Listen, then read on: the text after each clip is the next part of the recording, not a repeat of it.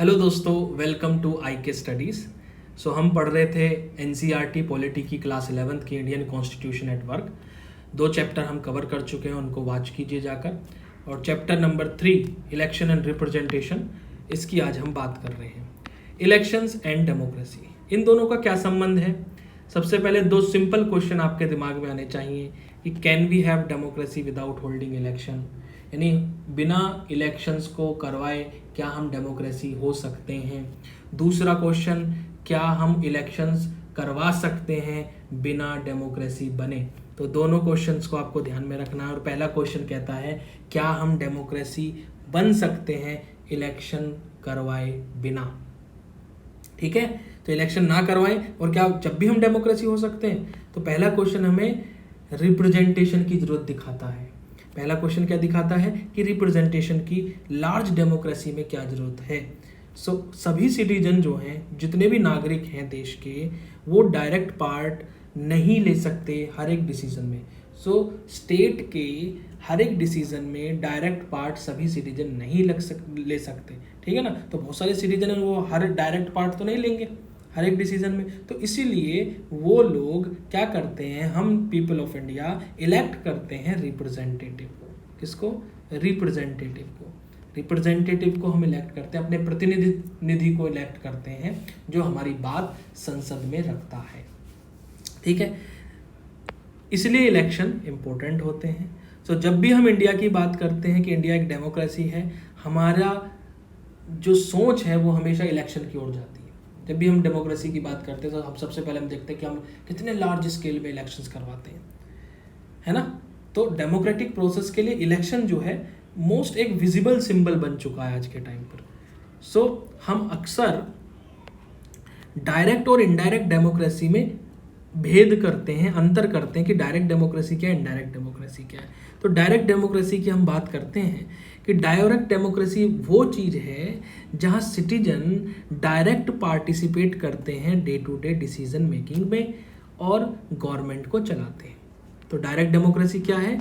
जहां citizen directly participate करते हैं day to day decision making में और गवर्नमेंट को रन करते हैं।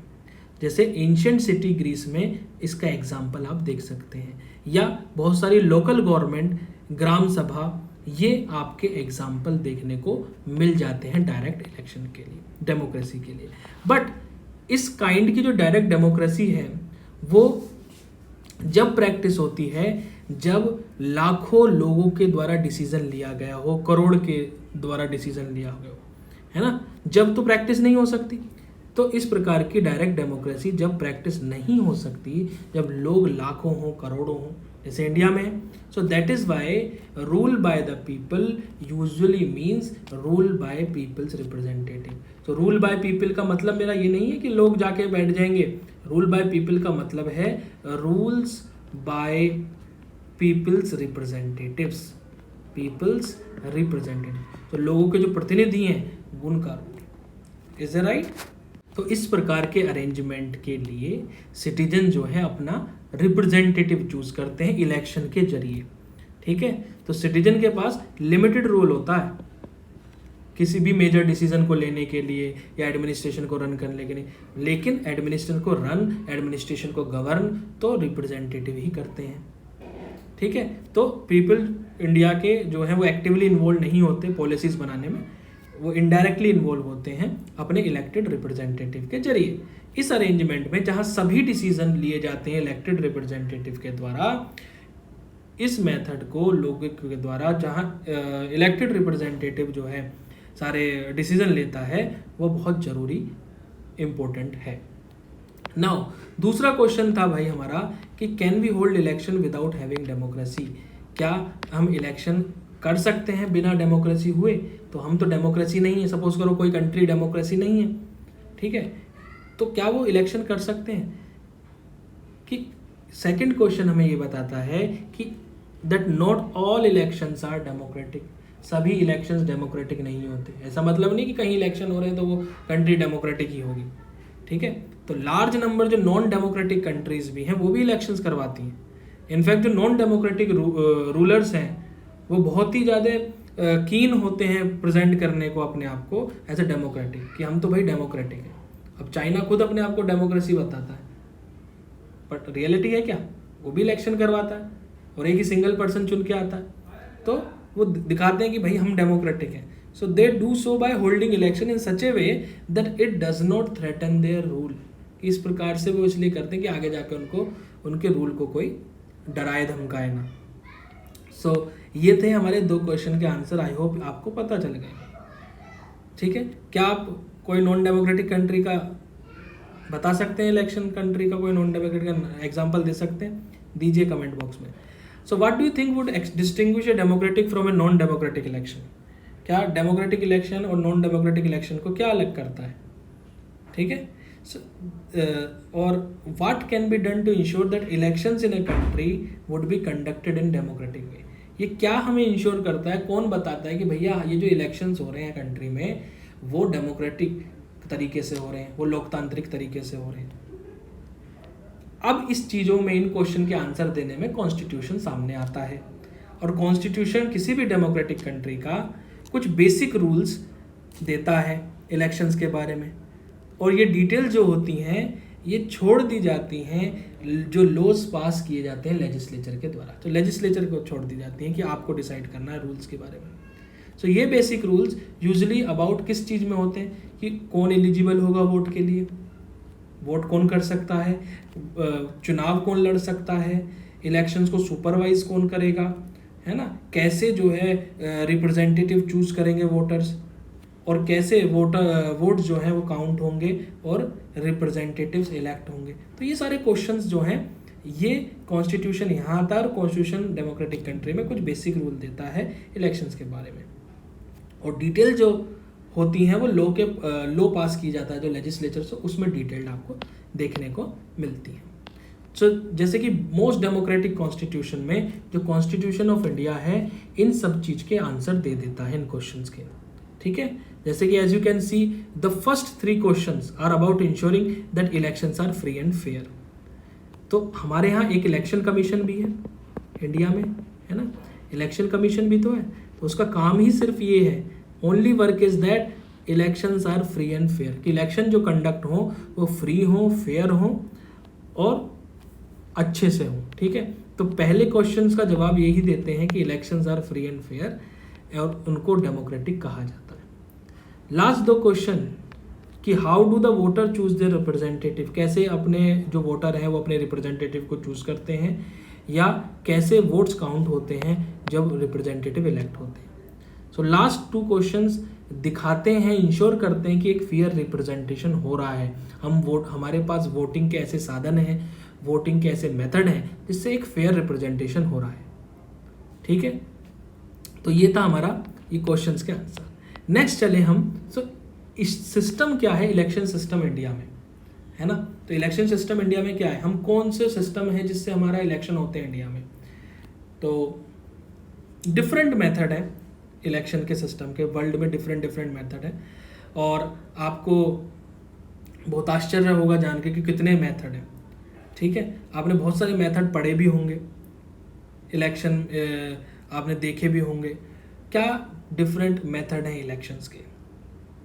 तो बहुत सारे सिस्टम हैं जो इलेक्शंस कंडक्ट कराते हैं, अथॉरिटीज़ हैं, रूल्स हैं, जो रूल्स के द्वारा अथॉरिटी और के द्वारा जो रूल्स बनाए जाते हैं उसमें क्या करना है क्या नहीं करना, ये सारी चीज़ें इलेक्शन सिस्टम में होती हैं। लेकिन इंडिया में इलेक्शन सिस्टम किस चीज़ से चलता है? तो क्वेश्चन उठता है कि इलेक्शन सिस्टम इंडिया में क्या है, कौन सा है। नाउ पहला सिस्टम है first pass the post system. तो इसमें एक कोई न्यूज़पेपर की कटिंग दिखाई है कि पहली बार कांग्रेस को 3/4 बहुमत, है ना, पहली बार कांग्रेस को 3/4 बहुमत। अब इस क्लिपिंग का मतलब क्या है? इस क्लिपिंग का मतलब है एक हिस्टोरिक मूवमेंट इंडिया की डेमोक्रेसी में ये दर्ज है जिसको अभी तक कोई तोड़ नहीं पाया है। 1984 के लोकसभा के चुनाव में कांग्रेस पार्टी ने 415 सीट जीती 543 सीटों में से। It's a big number. 543 सीटों में से 415 सीटें कांग्रेस पार्टी ने जीती लोकसभा में, और ये मोर देन 80% सीट्स हैं सॉरी 415 सीट्स हैं। इवन आज की जो गवर्नमेंट है, जो पॉपुलर गवर्नमेंट है, एनडीए गवर्नमेंट, उसने भी इतनी नहीं जीती है अभी तक। किसी भी पार्टी ने अभी तक लोकसभा में ऐसी विक्ट्री अचीव नहीं की। कांग्रेस ने 4/5 सीट्स जीती हैं। कितनी? 4/5 ऑफ द सीट्स। 4/5 यानी कि आप कह सकते हो कि 5 सीटों में से 4 जीत ली। आंसर है नहीं, एक्चुअली ऐसा नहीं होता। ठीक है, इस टेबल पे आप नज़र डालोगे तो कांग्रेस ने को 48% ही वोट मिले हैं और उन 48% वोट पर ही उसने 415 सीट जीत ली। ठीक है, इसका मतलब है कि केवल 48% जिन लोगों ने वोट किया है कांग्रेस को, वो 48% हैं जो फेवर में कांग्रेस के वोट करते हैं। और जो कांग्रेस पार्टी ने खड़े किए थे कैंडिडेट, उसमें से 48% वो लोग हैं जिन्होंने वोट किया था। But the party still manage more than 80% seat, कि 48% ने तो वोट ही करा है फेवर में लेकिन पार्टी फिर भी इस 80% से ज़्यादा सीट जीत गई। और आप अगर बीजेपी की परफॉर्मेंस देखोगे तो 7.4% वोट पे 2 सीट जीत ली है। तो ऐसा कैसे हुआ? ऐसा इसलिए हुआ हमारी कंट्री में क्योंकि हम एक स्पेशल मेथड इलेक्शन का फॉलो करते हैं। इस सिस्टम में क्या है, हमारे इंटायर कंट्री को हम लगभग 543 कॉन्स्टिट्यूएंसी में बांट दिया जाता है। लगभग क्या 543 कॉन्स्टिट्यूएंसी में बढ़ती है और हर एक कॉन्स्टिट्यूएंसी एक रिप्रेजेंटेटिव को इलेक्ट करती है। हर एक कॉन्स्टिट्यूएंसी, जिसको कहते हैं लोकसभा, कि इस क्षेत्र की ये लोकसभा है, इस क्षेत्र की ये लोकसभा है। यहाँ से एक व्यक्ति खड़ा होगा, एक रिप्रेजेंटेटिव खड़ा होगा और जो कैंडिडेट जो सबसे ज़्यादा नंबर वोट्स ले लेता है वो विजयी हो जाता है, इलेक्टेड हो जाता है, जिसके सबसे ज़्यादा वोट। यहाँ नोट करने की बात ये है इस सिस्टम में, जिस पे ज़्यादा वोट होंगे दूसरे कैंडिडेट के मुताबिक वो जीत जाएगा। और जो भी विनिंग कैंडिडेट है उसे मेजोरिटी की ज़रूरत नहीं है कि कोई मेजोरिटी होगी, वो ज़रूरत है जब जिसके सबसे ज़्यादा वोट वो विजयी। इसी मेथड को क्या कहते हैं? First past the post system, जिसको शॉर्ट में कहते हैं FPTP। ठीक है, first past the post system, जो सबसे पहले पोस्ट को पकड़ ले, फर्स्ट हो जाए भाग के। सो इलेक्टोरल रेस में जो कैंडिडेट जो दूसरों से आगे हैं और जिन्होंने विनिंग पोस्ट को सबसे पहले क्रॉस कर लिया है वही विनर होगा। इसलिए इसका नाम क्या है? First pass the post system. इसका दूसरा नाम प्लूरैलिटी सिस्टम भी है, तो इसको प्लूरैलिटी सिस्टम भी कहते हैं। सो ये मेथड है इलेक्शन का जो प्रिस्क्राइब किया गया कॉन्स्टिट्यूशन के द्वारा। तो हमारे जो लोकसभा के और लेजिस्लेटिव असेंबली के इलेक्शंस होते हैं वो इसी से ही होते हैं, FPTP के द्वारा ही होते हैं। चलिए हम दोबारा अपने एग्जाम्पल पे जाते हैं कि कांग्रेस कैसे कितनी सीट 415 सीट जीती 48% पर। इतना शेयर जो सीट की जीती Congress, because many of the constituency, बहुत सारे जो क्षेत्र थे, जो लोकसभा क्षेत्र थे बहुत सारे, जिसमें कैंडिडेट जीते कांग्रेस के, उन्होंने लगभग 50% जो वोट्स हैं उससे भी कम प्राप्त की। तो यदि वहाँ सेवरल कैंडिडेट्स हैं और विनिंग कैंडिडेट 50% से भी कम वोट प्राप्त कर रहा है और जो बाकी जो वोट्स हैं वो कहाँ जा रही हैं? लूजिंग कैंडिडेट पर। और जो लूजिंग कैंडिडेट पर वोट जा रही हैं वो सारी कहाँ जा रही हैं? वो वेस्ट ही तो हो रही हैं, क्योंकि 50% से कम वाला ही जीत रहा है। सो जो जा रही हैं लूजिंग कैंडिडेट वेस्ट जा रही हैं। फॉर दोज कैंडिडेट और party get no seat from these votes, तो उन सीटों से, उन वोटों से, उस परसेंटेज से उनको कोई सीट नहीं मिल रही है, क्योंकि इन व्यक्तियों को ज़्यादा मिल रही है, ज़्यादा परसेंटेज वोट मिल रहा है। तो ये first pass the post system के तहत जीतते हैं और जीतते हैं तो इनकी सीटें भी इन्हें ज़्यादा मिलती है। सो सपोज करो कि किसी पार्टी को केवल 25% वोट मिलते हैं हर एक कॉन्स्टिट्यूएंसी में, एवरी कॉन्स्टिट्यूंसी में 25% वोट मिलते हैं, लेकिन जो दूसरे व्यक्ति हैं वो 25% से भी कम ला रहे हैं वोट। सो इस केस में क्या होगा? पार्टी सभी सीट जीत जाएगी केवल 25% वोट से या उससे कम से भी। तो ये होता है प्रोसेस परसेंटेज और सीट्स का जीतने के लिए। तो ये था first pass the post system. Second system है हमारा प्रोपोर्शनल रिप्रेजेंटेशन। सो इसको अगर हम कंपेयर करें कि कैसे इलेक्शन इजराइल में होते हैं, जो कि एक बहुत different system of election follow करते हैं। इजराइल में क्या होता है, जब वोट्स पड़ जाते हैं और वोट्स पड़ने के बाद वोट्स को गिना जाता है, काउंट किया जाता है, और वोट जब काउंट हो जाते हैं तो हर एक पार्टी को जो सीट्स का शेयर होता है पार्लियामेंट में, उस हिसाब से वोट को शेयर सीट्स का पार्लियामेंट में दिया जाता है। किसके प्रोपोर्शन में? वोट्स के प्रोपोर्शन में। वोट्स काउंट हुई, ठीक है, और हर एक पार्टी को वोट्स के मुताबिक सीट पार्लियामेंट में शेयर दिया जाता है सीट्स के, कि जितने वोट्स हैं उसके हिसाब से आपका प्रोपोर्शन में सीट आपको मिल जाएगी पार्लियामेंट में। तो हर एक पार्टी अपना कोटा फिल करती है सीट का, उन लोगों को उठाती है नॉमिनीज़ को प्रेफरेंस लिस्ट में, जो कि इलेक्शन से पहले डिक्लेयर्ड हुए हैं, और इस सिस्टम ऑफ इलेक्शंस को कहते हैं प्रोपोर्शनल रिप्रेजेंटेशन सिस्टम। इस सिस्टम में party get the same proportion of seats as its proportion of votes, यानी जितने उसे वोट्स मिले हैं उसके ही अनुपात में उसको पार्लियामेंट में सीट्स मिलेगी, ठीक है। नेक्स्ट, पीआर सिस्टम में देयर कुड बी दो वेरिएशन हो सकते हैं। कुछ कंट्री जैसे कि इजराइल और नीदरलैंड में इंटायर कंट्री को हम एक कॉन्स्टिट्यूएंसी मान लेते हैं, सीट्स को अलोकेट कर देते हैं कि हर एक पार्टी को कि उनका वोट जितना भी शेयर वोट है उस पार्टी को उतने ही जो है सीट शेयर कर देते हैं, प्रोपोर्शन में बांट देते हैं नेशनल इलेक्शन में। दूसरा मेथड है कंट्री का सेवरल मल्टी मेंबर कॉन्स्टिट्यूएंसीज, जैसे अर्जेंटीना और पुर्तगाल में सेवरल मल्टी मेंबर कॉन्स्टिट्यूएंसी बनाई जाती हैं। हर एक पार्टी अपनी कैंडिडेट की लिस्ट प्रिपेयर करती है, हर एक कॉन्स्टिट्यूएंसी में हर एक पार्टी अपने कैंडिडेट की लिस्ट प्रिपेयर करती है, और उस पर डिपेंड करता है कि कितने इलेक्ट हो रहे हैं इस कॉन्स्टिट्यूएंसी से। सो इन दोनों वेरिएशन में वोटर्स अपने प्रेफरेंस एक्सरसाइज करते हैं पार्टी के लिए, कैंडिडेट के लिए नहीं। लेकिन first pass the post system में क्या हो रहा है, वहाँ कैंडिडेट को जिताने के लिए बात हो रही है, आप समझ रहे। तो सीट्स जो कॉन्स्टिट्यूएंसी हैं वो डिस्ट्रीब्यूट होती हैं बेसिस ऑफ वोट्स, जो पोल हुए हैं वोट्स उनके द्वारा, पार्टी के द्वारा जो भी वोट्स पोल्ड हुए हैं उनके द्वारा वो कॉन्स्टिट्यूएंसी डिस्ट्रीब्यूटेड होती है। सो रिप्रेजेंटेटिव फ्रॉम ए कॉन्स्टिट्यूएंसी, नहीं कॉन्स्टिट्यूएंसी से जो भी प्रतिनिधि है वो डिफरेंट पार्टी से, उस पार्टी से बिलोंग कर रहा है।